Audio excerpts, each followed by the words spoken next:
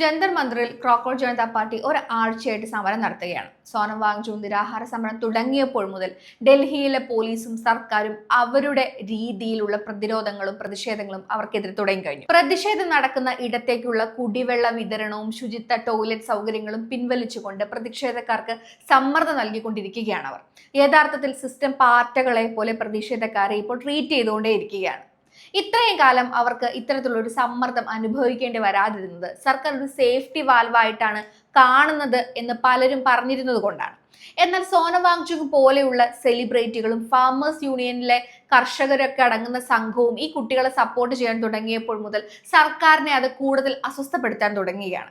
അതിന്റെ ഭാഗമായാണ് കർഷകർ ഇതിൽ പങ്കെടുക്കാൻ എത്തുമ്പോൾ അവരെ തടയാനും വീട്ടുതടങ്കലിൽ വെക്കാനും ഒക്കെയുള്ള ശ്രമങ്ങൾ ഉണ്ടാകുന്നത്. ഒരു മാസം മുമ്പ് സോഷ്യൽ മീഡിയയിൽ വെറും ഒരു മീം ഫെസ്റ്റ് ആയിട്ട് മാത്രം തുടങ്ങി ഇന്ന് തലസ്ഥാനത്തെ വിറപ്പിക്കുന്ന രീതിയിലേക്ക് വളർന്ന CJP എന്ന പ്രതിഭാസത്തെ കുറിച്ചാണ് ഇന്ന് നമ്മൾ സംസാരിക്കാൻ പോകുന്നത്. സാധാരണ സർക്കാരിനെതിരെ ശബ്ദങ്ങൾ ഉണ്ടാകുമ്പോൾ അതിനെയെല്ലാം അടിച്ചമർത്താൻ ശ്രമിക്കുന്ന ദേശവിരുദ്ധവും ദേശദ്രോഹികളുമാക്കുന്ന ഒരു സിസ്റ്റമാണ് നമ്മുടെ നാട്ടിലുള്ളത്. എന്നാൽ CJPയുടെ ഇതുവരെയുള്ള ഏറ്റവും വലിയൊരു വിജയം എന്ന് പറയുന്നത് തന്നെ സാധാരണക്കാരും പരീക്ഷകളിൽ അവഗണനകൾ നേരിട്ടവരായിട്ടുള്ള കുട്ടികളും അവരുടെ മാതാപിതാക്കളും മുതിർന്നവരും എല്ലാം സ്വമേധയാ തെരുവിലിറങ്ങി എന്നതാണ്.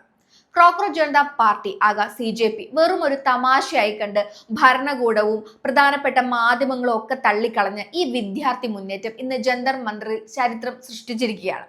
നീറ്റ് പരീക്ഷാ തട്ടിപ്പും തുടർച്ചയായ ചോദ്യപേപ്പർ ചോർച്ചയും മുൻനിർത്തി കേന്ദ്ര വിദ്യാഭ്യാസ മന്ത്രി ധർമ്മേന്ദ്ര പ്രധാനെതിരെ സമരം ചെയ്യുന്ന ഈ പാർട്ടികളുടെ ഇപ്പോഴത്തെ നില എന്താണെന്നാണ് നമ്മൾ നോക്കാൻ പോകുന്നത്. മുഖ്യധാരാ മാധ്യമങ്ങളും ഭരണകൂടവും ഇന്ത്യയിൽ ഇത്തരത്തിലൊരു പ്രശ്നമേ ഇല്ല എന്നും ചുമ്മാ അങ്ങുണ്ടായി അതേപോലെ തന്നെ നശിച്ചു പോകാൻ പോകുന്ന ഒരു കൂട്ടം മാത്രമായി തുടക്കത്തിൽ കണ്ട് അവഗണിച്ച ഒരു ഗ്രൂപ്പായിരുന്നു ഈ പാർട്ടികൾ എന്ന് പറയുന്നത്. എന്നാൽ അവർ ഇന്ന് രാജ്യത്തിന്റെ ശബ്ദമാകുന്നുണ്ട്, ഒരു തരത്തിൽ അല്ലെങ്കിൽ മറ്റൊരു തരത്തിൽ. ഏതു തരത്തിൽ തടയാൻ ശ്രമിച്ചാലും ഏതൊരു മൂവ്മെന്റിന്റെ വിജയത്തിന് പുറകിലും ഒരു 4 ഘട്ടങ്ങളുണ്ടെന്നാണ് പറയപ്പെടുന്നത്. ആദ്യം അവർ നിങ്ങളെ അവഗണിക്കും, പിന്നെ പരിഹസിക്കും, അതിനുശേഷം അവർ നിങ്ങളോട് പോരാടും, ഒടുവിൽ നിങ്ങൾ വിജയിക്കും. അതാണ് അതിന്റെ ഒരു സ്ട്രക്ചർ. ക്രോക്കോൾ ജനതാ പാർട്ടിയുടെ കാര്യത്തിലും അത് കുറെയെല്ലാം കൃത്യമാണ്. കഴിഞ്ഞ 7 വർഷത്തിനിടെ നമ്മുടെ രാജ്യത്ത് 60-ലധികം ചോദ്യപേപ്പർ ചോർച്ചകളാണ് ഉണ്ടായിട്ടുള്ളത്. ലക്ഷക്കണക്കിന് വിദ്യാർത്ഥികളുടെ ഭാവി തകർന്നപ്പോൾ ഭരണകൂടം ഈ ഒരു പ്രശ്നത്തെ പൂർണ്ണമായിട്ടും അവഗണിച്ചു. ഇതിനെതിരെ സോഷ്യൽ മീഡിയയിൽ പ്രതിഷേധം ഉയർന്നപ്പോൾ അതിനൊരു തമാശയായി മാത്രം കണ്ട് എല്ലാവരും ചിരിച്ചു. എന്നാൽ ഇന്ന് കാര്യങ്ങൾ മാറി. ഇപ്പോൾ CJP 3ാമത്തെ ഘട്ടത്തിൽ എത്തിയിരിക്കുന്നു. അതായത് ഭരണകൂടം ഇപ്പോൾ അവരോട് പോരടിക്കാൻ തുടങ്ങിയിരിക്കുന്നു. ഇത്തരത്തിൽ ജനങ്ങൾ പ്രതിഷേധവുമായി വരുമ്പോൾ ജന്തർ മന്ദിറിലെ കടുത്ത ചൂടിലും ഹ്യൂമിഡിറ്റിയിലും സമരം ചെയ്യുന്ന വിദ്യാർത്ഥികളുടെ ശുചിമുറിയുടെ സൗകര്യങ്ങളും കുടിവെള്ളവും ഒക്കെ നിഷേധിക്കാനാണ് ഡൽഹി പോലീസ് ഇപ്പോൾ ശ്രമിച്ചുകൊണ്ടിരിക്കുന്നത്. ഏകദേശം 40 ഡിഗ്രി ഹീറ്റും ഹ്യൂമിഡിറ്റിയും ഒക്കെ ഉള്ള ഈ കാലാവസ്ഥയിലാണ് ആളുകൾ പ്രതിഷേധിക്കുന്നത്. അതിന്റെ ഒപ്പം തന്നെ സോനം വാങ്ചുക് പോലുള്ള പ്രമുഖർ ഇവർക്കായിട്ട് പിന്തുണയുമായി എത്തിയതോടെ സർക്കാരിന്റെ നെഞ്ചെടുപ്പ് കൂടുതലായിട്ട് നമുക്ക് കാണാൻ സാധിക്കും. പൊതുവെ ഇന്ത്യയിൽ ഇപ്പോൾ നിലനിൽക്കുന്ന ഒരു സാഹചര്യം എന്ന് പറയുന്നത് ചോദ്യങ്ങൾ ചോദിക്കുന്നവർ ഒരു തകർക്കുന്ന സിസ്റ്റമാണ്. ആ സിസ്റ്റത്തിന്റെ ഇപ്പോഴത്തെ ഒരു പ്രത്യേകത എന്ന് പറയുന്നത് അവർ ചോദ്യം ചോദിക്കുന്ന ഈ ആളുകളെ ജയിലിൽ അടയ്ക്കുന്നില്ല. പകരം അവർ സമൂഹ മധ്യത്തിൽ ഇത്തരം ആളുകളെ അപകീർത്തിപ്പെടുത്താൻ അല്ലെങ്കിൽ അവരുടെ ക്രെഡിബിലിറ്റിയെ ചോദ്യം ചെയ്യാനും തകർക്കാനും ഒക്കെയാണ് ശ്രമിക്കുക. CJPക്കെതിരെയും അത്തരത്തിലുള്ള ആയുധങ്ങൾ ഇവരെ പ്രയോഗിക്കുന്നുണ്ട്. അത്തരത്തിലൊന്നായിരുന്നു ദളിത് സംവരണത്തിനുമായിട്ട് ബന്ധപ്പെട്ടിട്ടുള്ള വിഷയങ്ങൾ. അതിന്റെ ഈ സമരത്തിൽ CJPയുടെ അമരക്കാരനായിട്ടുള്ള അഭിജിത് ദീപ്കയുടെ സംവരണത്തെക്കുറിച്ച് ചോദിച്ചുകൊണ്ട് അയാളെ സമ്മർദ്ദത്തിലാക്കാൻ ശ്രമിക്കേണ്ടായി. പക്ഷെ അതിന് താനൊരു ദളിതാണെന്ന് വ്യക്തമാക്കിക്കൊണ്ട് അദ്ദേഹം ആ പ്രതിഷേധങ്ങളുടെ വായടുപ്പിക്കുകയായിരുന്നു ഉണ്ടായിരുന്നത്. മറ്റൊരു ചോദ്യമായിരുന്നു CJPയിലെ സ്ത്രീ പങ്കാളിത്തം എന്ന കാര്യം. ദിവസങ്ങൾ മാത്രം പ്രായമുള്ള ഒരു സംഘടനയിൽ സ്ത്രീ പ്രാതിനിധ്യം കുറവാണെന്ന് പറഞ്ഞുകൊണ്ട് അതിനെ അവർ സ്ത്രീ വിരുദ്ധർ അല്ലെങ്കിൽ സ്ത്രീ വിരുദ്ധരാണ് എന്ന രീതിയിൽ മുദ്ര കുത്താൻ ശ്രമിക്കുന്നു, അല്ലെങ്കിൽ നിരന്തരം ശ്രമിച്ചുകൊണ്ടേയിരിക്കുന്നു. അതിലെ ഏറ്റവും വലിയ വിരോധാഭാസം ഒളിഞ്ഞിരിക്കുന്നത് 1 മാസം മാത്രം പ്രായമുള്ള ഒരു വിദ്യാർത്ഥികളൊക്കെ അടങ്ങുന്ന ഒരു കൂട്ടായ്മയോടാണ് ഈ ചോദ്യം ചോദിക്കുന്നത് എന്നാണ്. ഈ ചോദ്യം ചോദിക്കുന്ന ആളുകൾ നിലവിലെ 31 കേന്ദ്ര ക്യാബിനറ്റ് മന്ത്രിമാരിൽ എത്ര സ്ത്രീകളുണ്ടെന്ന് ചിന്തിച്ചിട്ടുണ്ടോ എന്നത് ഒരു പ്രധാനപ്പെട്ട ചോദ്യമാണ്. മറ്റൊരു നരേറ്റീവ് ഉണ്ടായിട്ടുള്ളത് CJPക്ക് നൽകുന്ന ദേശവിരുദ്ധ ടാഗാണ്. ഇന്ത്യയിൽ പതിവ് പോലെ നടക്കുന്ന ദേശവിരുദ്ധ ടാഗ് ഈ കാര്യത്തിലും കൊണ്ടുവരാനും ഈ പ്രതിഷേധത്തിന് പിന്നിൽ വിദേശ ഫണ്ടിംഗ് ആണെന്നും രാജ്യം തകർക്കാനുള്ള ഗൂഢാലോചനകളാണെന്നും വരുത്തി തീർക്കാൻ വലതുപക്ഷ മാധ്യമങ്ങൾ നിരന്തരം ശ്രമിച്ചുകൊണ്ടേയിരിക്കുകയാണ്. എന്നാൽ ജന്തർ മന്ദിറിലേക്ക് ദിനം പ്രതി ഒഴുകിയെത്തുന്ന പ്രായമായവരുടെയും കുട്ടികളുടെയും മാതാപിതാക്കളും ഇവരൊക്കെ അടങ്ങുന്ന പൊതുജനം ഈ നുണപ്രചരണങ്ങളെല്ലാം പൊളിക്കുന്നവരാണ്.